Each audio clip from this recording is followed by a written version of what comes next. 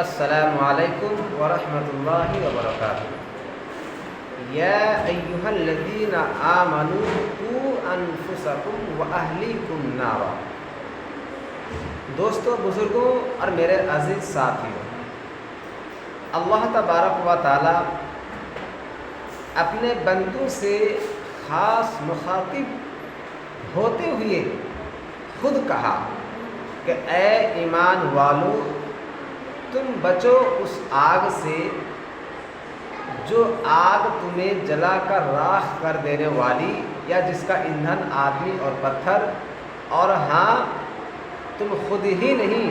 بلکہ اپنے آل و اولاد کو بھی بچاؤ۔ آخر کار ایسا کیوں کہا؟ آخر کار رب ذوالجلال والاکرام آخر کار ایسا کیوں کہا؟ کیوں؟ اس کو لگا کہ میں اپنے بندوں کو یہ کہہ دوں کہ جہنم کی آگ سے بچنے کا جو اپائے ہے وہ یہی ہے کہ یا ایھا الذین آمنوا قوا انفسکم واہلیکم نارا، کہ تم بھی بچو اور اپنے آل و اولاد کو بھی اس آگ سے بچاؤ جس میں تم نہیں جانے والے۔ دوستو، اللہ تبارک و تعالی نے ایک کام اور سب سے عمدہ کام کرنے کے لیے کہا، جس کام سے ہم تمام لوگ پیچھے ہو رہے ہیں، جس کام سے ہم تمام لوگ پیچھے ہو رہے ہیں، اس کام کا نام ہے صدقہ و خیرات۔ آپ کے پاس گناہوں کے انبار اگر لگ گئے ہیں، گناہوں کے پہاڑ لگ گئے ہیں، گناہ ایسے گناہ ہے جس کو معاف کرانا ناممکن سی ہے،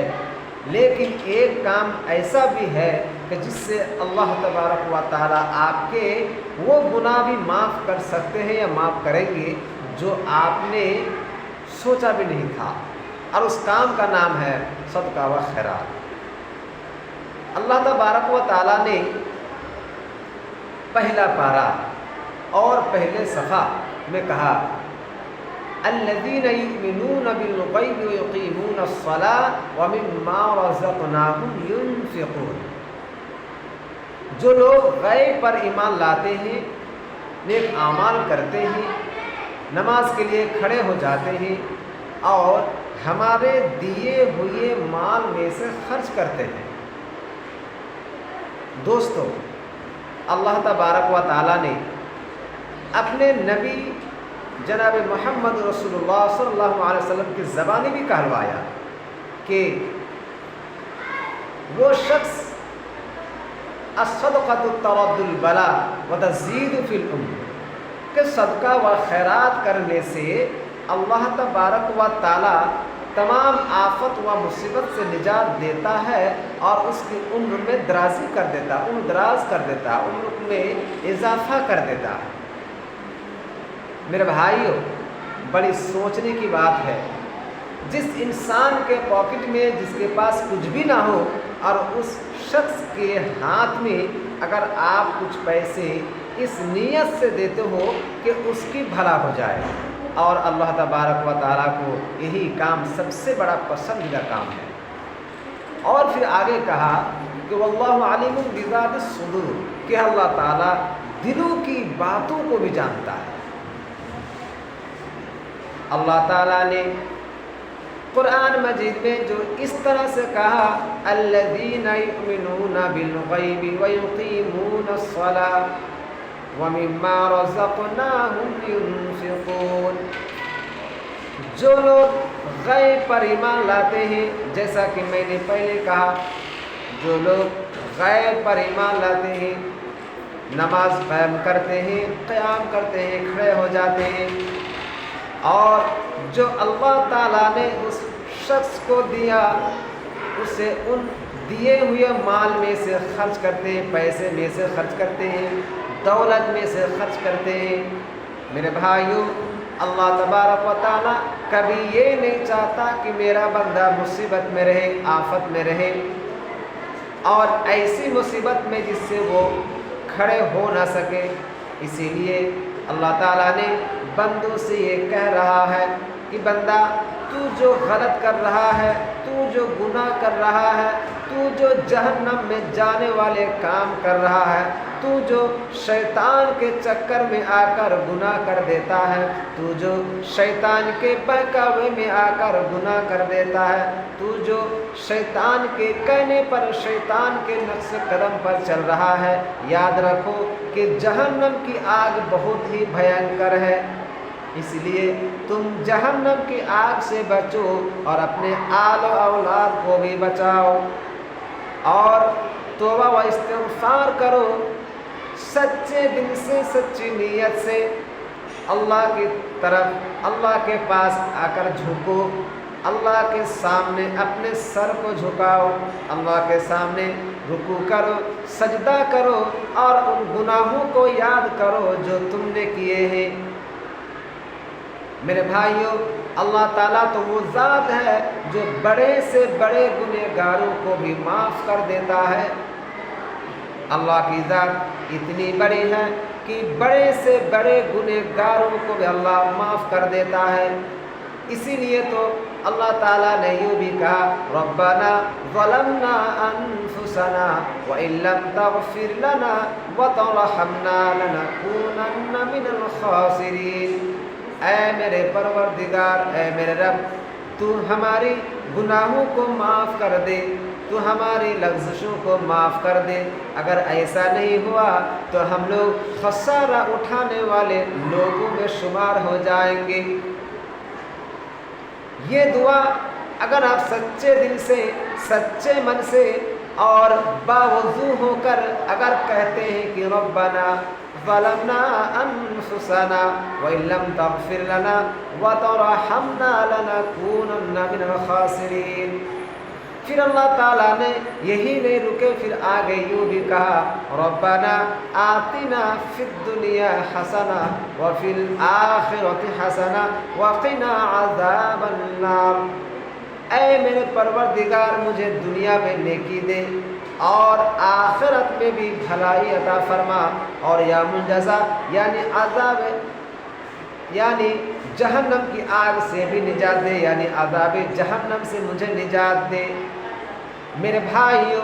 اگر آدمی، انسان، اللہ کے بندے اگر اللہ کی طرف جھک جاتا ہے تو اللہ تعالیٰ انہی باتوں کو سب سے زیادہ پسند کرتا ہے۔ اگر کوئی آدمی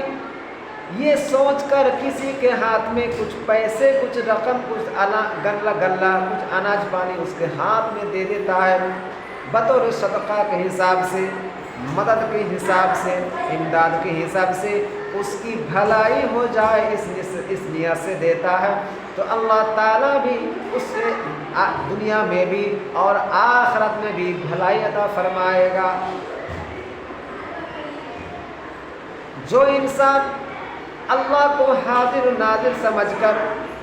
کوئی بھی اچھا کام کرتا ہے تو اللہ تعالیٰ اس بندے کو رحمت نظر سے دیکھنے لگتا ہے، اور پھر اللہ تعالیٰ نے تمام باتوں کو کہتے ہوئے پھر اپنے بندوں سے کہتا ہے کہ اے میرے بندے، میں جانتا ہوں کہ تو گناہ کرے گا، تو خطا کرے گا، تجھ سے گناہ ہو جائیں گے، یاد رکھو میں رب ہوں، اگر تو مجھے یاد کرے گا تو میں بھی تمہیں یاد کروں گا، تم مجھے یاد کرو گے میں بھی تمہیں یاد کروں گا، اگر تم نے ہمارے دیے ہوئے سامان میں شکر گزاری کرو گے تو میں تمہیں اور مالا مال کر دوں گا۔ اور نماز کے ساتھ اللہ تعالیٰ سے مدد طلب کرو۔ اسی لیے اللہ تعالیٰ نے کئی بار قرآن مجید میں کہا کہ ان اللہ علیم بذات الصدور، کہ بے شک میں تمہارے دلوں کی باتوں کو میں جانتا ہوں، تمہارے دل میں، تمہارے سینے میں کون سی بات اٹک رہی ہے، تمہارے سینے میں کون سی بات چھپی ہوئی ہے، میں ان باتوں کو بھی میں جانتا ہوں، اور جو باتیں تم کہنا چاہتے ہو اور تم کہہ نہیں پاتے ہو، میں جان گیا کہ تیرے دل میں کچھ کہنے کی بات ہے لیکن تم کہہ نہیں پاتے ہو، میں رب ہوں، میں تمہاری پکار کو سینے سے بھی سن لیتا ہوں۔ اللہ تعالیٰ کہتا ہے کہ میں رب ہوں، میں تمہارے سینوں کے باتوں کو بھی میں کیچ کر لیتا ہوں، اور میں فرشتوں کو حکم دیتا ہوں کہ آپ اس بندے کے پاس جاؤ جن کے سینے میں کچھ باتیں چھپی ہوئی ہے جو وہ کہہ نہیں پا رہا ہے، آپ اس کے پاس جاؤ اور ان کے سینے میں جو بات ہے اسے لے آؤ، اور میں اس کے سینے کی باتوں کی بھی جزا میں اس کو دوں گا۔ میرے بھائیوں، وہ رب ہے جسے چاہتا ہے عزت دیتا ہے، جسے چاہتا ہے ذلت دیتا ہے، جسے چاہتا ہے ہدایت دیتا ہے، جسے چاہتا ہے گمراہ کر دیتا ہے۔ وہ جسے چاہے ہدایت یافتہ بھی بن جائے اور جسے چاہے وہ گنہگار بھی بن جائے۔ جس کے حکم کے بنا ایک پتا بھی نہیں ہلتا تو پھر انسان کیسے ہل سکتا ہے؟ جس کے حکم کے بنا ذرے ذرے بھی نہیں ہل سکتا تو پھر انسان کیسے ہل سکتا ہے؟ میرے بھائیوں، رب ہے، رب کی پیروی کرو۔ ایک رب جس کی عبادت کرنی چاہیے اسی رب کی عبادت کرو، اللہ تبارک و تعالیٰ پہ آپ کو معاف کر دے گا۔ مجھے یہ نہیں معلوم کہ آپ کہاں سے اس ویڈیو کو دیکھ رہے ہیں۔ کتنے لوگ ایسے بھی ہیں جو کارخانے میں بیٹھ کر بھی اس ویڈیو کو دیکھ رہے ہوں گے، کتنے لوگ ایسے بھی ہیں جو فیکٹریوں میں کام کر رہے ہیں، وہ بھی شخص، وہ بھی دوست، وہ بھی میرے مسلمان بھائی ویڈیو کو دیکھ رہے ہوں گے۔